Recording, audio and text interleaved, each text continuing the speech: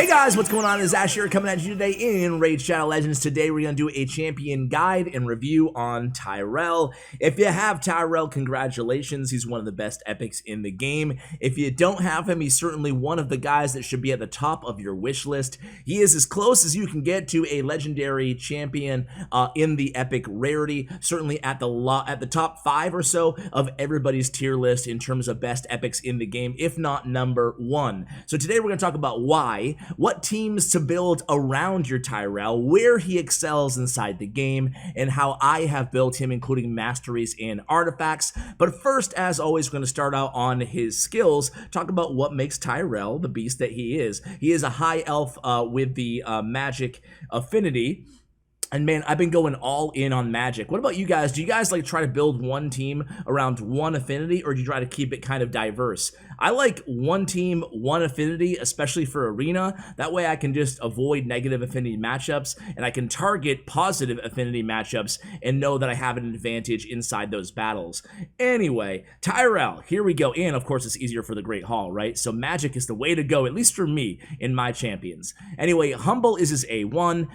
Just really quick, the thing that makes Tayrel, the thing that makes him really, really unique and amazing is he has the decreased attack strong version and the decreased defense strong version. He's known and excels for clan boss, right? So A1, but he's good in a variety of different areas we'll talk about in a second. Humble. Attacks one enemy 2 times. Each hit has a 40% chance of placing a 50% decreased attack debuff for 2 turns. Damage inflicted is proportional to defense. All of his damage scales on defense. You build him with a ton of defense. Attack stats, flat attack percentage means nothing for Tayrel, so you don't want to be targeting artifacts that have a lot of attack on it unless it's just an amazing piece of artifact on the other stats, which I actually did a couple times on my Tayrel.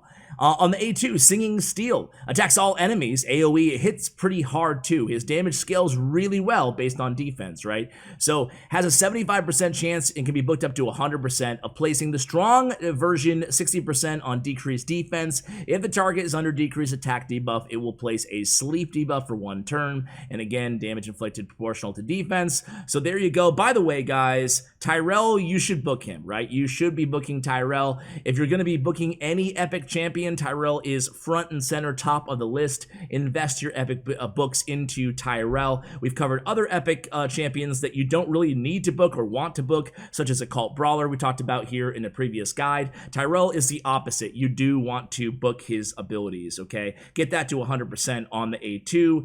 And on the A3, Preemptive Strike. Attacks one enemy, decreases the target's turn meter by 50%. If the attack is fully depletes the turn meter, it will place a stun debuff for 2 turns. Damage inflicted is proportional to defense. This is great here, especially with the if you book it up and get it to the 4-turn cooldown. This is good for arena. This is what makes Tayrel a versatile arena champion. He's not used like end-to-end game, but who's end-to-end game? What, 0.0001% of you guys? He can be used up until, the platinum arena.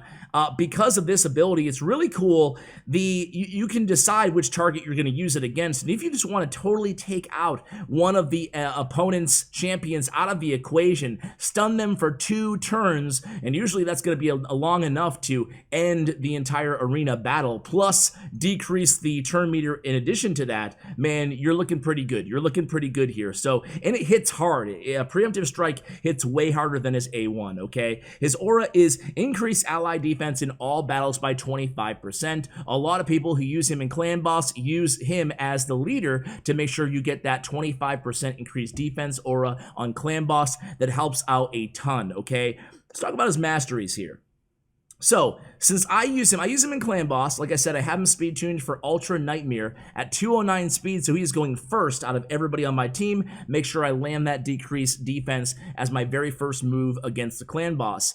However, I use him in a variety of different areas as well. I use him in Faction Crypts, I use him sometimes in Dragon's Lair, I use him in Ice Golem as well. So for that reason, I decided to go with Arcane Celerity. Arcane Celerity does have turn meter manipulation. The problem there is it can kind of throw off speed tuning on Clan Boss. So it's something to think about. It depends on where you're going to be using him. If it's only Clan Boss and you're speed tuning your team, I would not use Arcane Celerity. I would use Swarm Master, I get, or Storm Master, Swarm Smiter instead. Other than that, you want to go with War Master, and of course, you want to go with Master Hexer as well. I went with Sniper as well. So there you go. That is the masteries that I would suggest for Tayrel. Now, in terms of artifacts and how to build him here, here's my total stats, guys. Like I always like to critique my own kind of builds on these, right? And defense is high, but given my gear, which is pretty top tier, I think the defense could be a bit higher too. I think, you know, shooting for 4K, even 5K is possible, but of course you have to sacrifice in order to get that, right? And I love having my accuracy super high, over 300 for Ultra Nightmare, so 319 works. Also, I have crit rate at 100 and crit damage at 110, because he does put out a lot of damage, and I'm greedy. I want my Tayrel to do it all, right? So there you go. You can kind of get an idea of how I was building him. His HP is not bad at 32k as well. His attack, you know, should be lower at 1790. Don't even need the attack on him at all. So I have speed sets on him. If you don't run, this is so important, right? But I say it every video because I run Bad L on my clan boss team. If you don't have Bad L, you don't have those continuous heals going every 3 rounds, you really want to build him in lifesteal and a speed set. So 1 lifesteal set and 1 speed set on your Tayrel. I cannot emphasize that enough if you're using him, especially for clan boss, okay? I don't, because I run Bad L, I don't need the lifesteal, okay? So in terms of stat priorities on him, right? Obviously, defensive percentage and accuracy and speed are 3 really important ones, especially for clan boss. You can sacrifice speed if you're not using him on clan boss, but you do want him going first on your clan boss team no matter what, making sure you get that defense down. Even in the arena, ideally he would be going first to get those debuffs down as well. So speed's important. If you're just using him for campaigns or for dungeons, it's not as important, but I still would prioritize it, okay? So defense percentage, accuracy, and speed are my priorities on Tayrel. After that, HP percentage, and yeah, that's pretty much it. Oh, crit rate into crit damage. So crit rate, getting him to 100 is nice, not mandatory, okay? So this is the gear I have on him here, guys. Just happen to get some HP rolls. I'll take it, I guess. Accuracy is what I'm looking for in speed. Again, a speed double roll here. Not the best gear that I have in my entire collection on him. I get defense as a substat here, though, too. I'll take that. Accuracy, thank you very much. That's a really solid shield there. Crit rate, I went on the gauntlets again. Really like him to have that high crit rate, and you can see I have stalwart gear here, so I did have a broken set instead of a 3rd speed, which I did not want because I didn't want him any faster than he currently is. On the chest, I have defense. I would advise you guys go crit rate on gauntlets, defense on your chest on him, and speed on your boots. And check it out, the 4 roll on accuracy. That's a 50 accuracy boots there. Pretty cool. I think they're definitely the best 5-star boots that I have inside the entire game. And now going on to the ring. Now this is weird. I told you about this earlier, but attack. I just told you attack is worthless, but check out the double roll on defense. 19% defense increase. You know what? You get by with what you have sometimes. And this, I thought having the 19% defense made up for the fact that the main stat is attack. And then I went with the crit damage on the amulet. Again, have some accuracy roll on there as well. I'll take it. And then, of course, accuracy on the banner is going to be really important on your Tayrel. If you don't have any accuracy high elf banners, you can definitely go with defense or HP or something, but still, man, accuracy is super important. Should be a priority for your banner. So that's the gear that I have him on. Where is he used, guys? Well, he's used in a lot of places.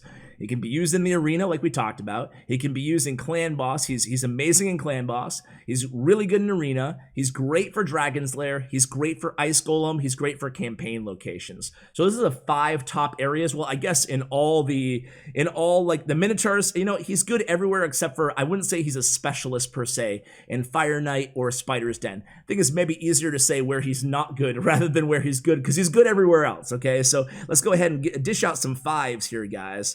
We'll give him a 5 in arena, again, you know, with the caveat that I'm not talking to like the biggest whales in the game, but you know, pretty much up until end game he can be used almost anywhere. Spider's Den will give him a 4. Ice Golem a 5. Fire Knight, I don't know. I guess a 4. He still has a decreased defense, and he has 2 hits on his A1 in the attack, so he's not useless, you know? And then all the keeps will give him a 5. For the most part, Force, except for Force, will give him a 3. And Faction Wars a 5. So you guys can see why Tayrel is really good. Now let's go ahead and use him, guys. Alright guys, so here we are in the arena. So in terms of building a team around Tayrel, you have a couple options, right? You can put him in the lead if you want to and build like a really strong, robust defensive core around him. However, you know, if you're speed farming, if you're just trying to farm up your Great Hall, I would advise you not do that. That's kind of more for mid-late arena, or if you're really trying to push towards the end of the season or whatever. I would go with a speed lead. So my best is Kymar. You could also go Skull Crown. That kind of serves the spot of your nuker as well if you have her, or just go with any speed lead that you happen to have. And then I would add him. And, you know, adding a kind of turn meter manipulator. So we'll put Shamrock in there, just, you know, newly buffed. Let's go ahead and try him out here. And then I would definitely go, I still need a nuker in this comp. So we will go with Biggin here. And look at my team power, by the way. It's so high. And that's really because I've invested heavily in resist. I have resist at a 9 out of 10 in the Great Hall right now on Magic Affinity. And I have 3 Magic Champions here. It's apropos of nothing. It doesn't really even matter. It's just purely aesthetical. But if you care about your team power, you want it higher, invest in resist, because resist is weighted so incredibly high in terms of dictating your team's power, your champion's individual power stat, just, you know, for what it's worth. Anyway, so we have a pretty good team built around him here. Let's go ahead and see how we do going against another fast team. So we'll see. We'll see what happens here. So I think he'll probably be going like 3rd or so. What I want to do is save my remove all buffs ability for if the veils are on the other champions. I'm going to start out with Seal of Magic, and then I'll go Lucky Charm. So I haven't even hit anybody yet. Now the first AoE, the first attack that we do is going to be the A2. So let's see how it does here. Let's see how much damage it puts out. Again, could be a little bit, not much damage there. Barely anything. It bled through the shield though. Keep that in mind. So it's just shield damage. Very difficult to see. We'll do one more and see how much damage he really puts out. I'm going to go with the A3 to try to decrease turn meter on the opponents here with Biggin. And look at the decreased defense, how much damage Biggin did thanks to that decreased defense that was landed by Tayrel. Now I'll put everybody to sleep and kind of finish things off here on auto. Let's go ahead and do one more. Oh, look at that 60k on the preemptive strike. I told you his A3 hits hard. Dude, that was insane. 59 point something or other on the A3 at the end there. Do you guys catch that? That was pretty insane. So with a team like this, I would just want to basically try to avoid Force Affinity matchups unless they had a really low, like a really crappy team around them. I was going to say low team power, just like after I preached not to. Let's try it out against this team here. Pretty solid, but I think we'll be okay. And maybe this time they won't be shielded. So well, 2 of the 3 are. So let's go ahead and again, this time, because I have Shamrock going second, I can just land the Lucky Charms. That's going to increase my, you can see all my guys have increased crit rate, increased defense, and increased speed off of the Lucky Charms ability. Now, I'm going to go ahead and just, it's weird because they're all sleeping. I could just use the preemptive strike again, or I could decrease attack. Let's do a decrease attack here on Warlord and just see what happens. He's able to land his buffs, so maybe that was a bad choice. Whatever. I think we'll still win. But kind of a sloppy overall attack, I guess. Sloppy overall. It's weird because with these champion guys, not to make excuses, but to make excuses, I should probably test out. Okay, let's see if his A2 does more damage here. I should probably do a little bit more testing in terms of team comps for these champion guides, because usually when I'm out of my comfort zone, I don't know the best order necessarily to do everything. And some of it just involves a little trial and error. But let's face it, most of you guys probably do the same thing anyway with any of your champions. I love Shamrock, by the way. I did a champion guide on him. Let's see how much he does now, guys. Let's try to take out... ooh. I don't want to deal with this dude. So let's kill him. Boom. Done. All right, cool. Now we can just finish things off here. So that A3 definitely is like a final blow type ability, right? And look at this, he'll die here. If he died, he would have been revived thanks to Shamrock. This is not the Shamrock show, but it's just, okay. It's worth noting there that he's really cool. I like him a lot. I like Shamrock. I run Shamrock now in Dragons, in my main Dragons 20 speed team, because he has all that speed and all those buffs, and he's fast, and he's a cool champion. Anyway, not here to talk about Shamrock. Let's go ahead and try him out in like campaign. Actually, let's try him out. Campaign's so boring. I find campaign boring to show off a champion at. Let's try him in like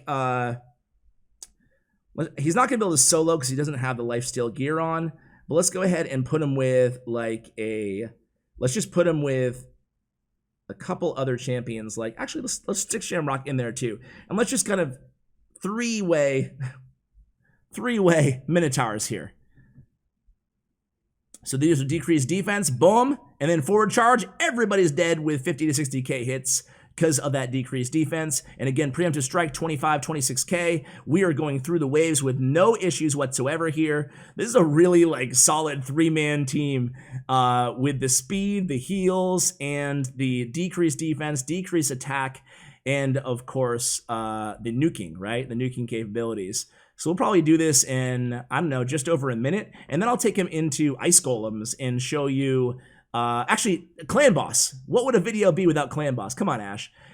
You know, it's basically, you guys can see what he's doing. You guys can see how he's used and what he's good for, but I really want to show you guys Clan Boss on Ultra Nightmare before we end this video. So I'm going to go ahead and do that after this, but you guys can see kind of how it works. You get the point, right? A1 hits maybe, I don't know, if I can be so bold, maybe like half the damage in terms of scaling, maybe about 1/3 the damage of his A3. But his A3, like we saw in the arena, it's good 2 times we killed like one of the MVPs of the opposing team. So it's definitely reliable. And there we go. Like it's a 3-man team, obviously, but a minute and 18 seconds or so, a minute 16 seconds, not too bad, right? And he put out, you know, a decent amount of damage. He put out 400k, so like half the damage of my nuker there, and you can see Shamrock putting out a measly 40k, but helping speed things up, right? So anyway, let's go ahead and try out on Clan Boss, guys. Obviously, I will not show you the entire Clan Boss battle. We'd be here forever, but let's open up this chest. First, it is sellable. Put that in the trash, Ultra Nightmare, and let's see how it goes. I'm gonna actually put this one on auto. Actually, I'm gonna start out on manual, then I'll switch to auto, and you guys kind of see how it goes. So again, we're going to start out with the decreased defense. Most important, make sure it's landed there, and then we can kind of get right into things. I should have started out actually on the A1 of Turvold, try to land the weaken, but it's okay. Not going to be the end of the world. We'll start landing those poisons. So already we have that decreased defense for 2 turns, and what we can kind of do here, I'm going to start with the poisons and then we can go into the counterattack. And this is what a counterattack team looks like here. He's going to land those decreased attacks on his counterattacks, so I never have to really worry about using his A1 unless the other abilities are on cooldown. And you guys can see how many buffs are on my guys right now. We just landed that weekend. Things are looking good. Let's see how much he hits for here. 58k, not bad again, right on that A3 there, even against Clan Boss. So you guys can see it basically goes from here. Hopefully we don't land this. It's resisted. You want to try to build your Skull Crusher with kind of lower accuracy if you can, if you're just using him for Clan Boss, because you do not want him to be landing that decreased heal, that heal reduction for 1 turn. It can be a real pain. So anyway, guys, I think I'll probably just cut here. Decrease attack, doing a lot of damage. Things are looking good. You can see how, again, he's the team leader here as well. You can see how just the synergy on a team like this is really, really good. I think I would remove Turvold if I have like every champion in the game. I would build a team around Turvold like individually, and he wouldn't be a part of this comp necessarily, but hey, beggars can't be choosers. He still gets the job done. He's still an amazing champion. He'll be dealing a lot of damage for me. But the thing is, with Turvold on this team, he's always the first to die, no matter who I put him with, and I don't know. I feel like he kind of limits me to, I don't know, 5 to 8 minutes, depending on if I'm on auto or not. Maybe a little bit longer. But anyway, speaking of auto, I'm going to go auto now, and I'll be back to you guys, and we can see the final result here. Alright guys, so not too bad, certainly not my best, 17.28 damage. As you guys can see, in terms of damage output, Tayrel put out almost 2 million, so not too bad. That War Master helping him out in that increased crit rate and crit damage, along with the relatively high defense. So guys, I hope you enjoyed this guide. Thank you so much for watching it. Thank you so much for the support here on the channel. Honestly, I haven't really spoken too much about this. Maybe I will in the next video more, but the channel's growing very, very nicely. I'm really excited about kind of the future here on the second YouTube channel. If you like these guides, if you like this content here on Raid Shadow Legends, let me know about it and I will definitely continue to do so. Subscribe, like the video, let me know in the comments or whatever. If you have any future requests, go ahead and let me know those as well. Thank you so much for watching, and as always, take care, guys.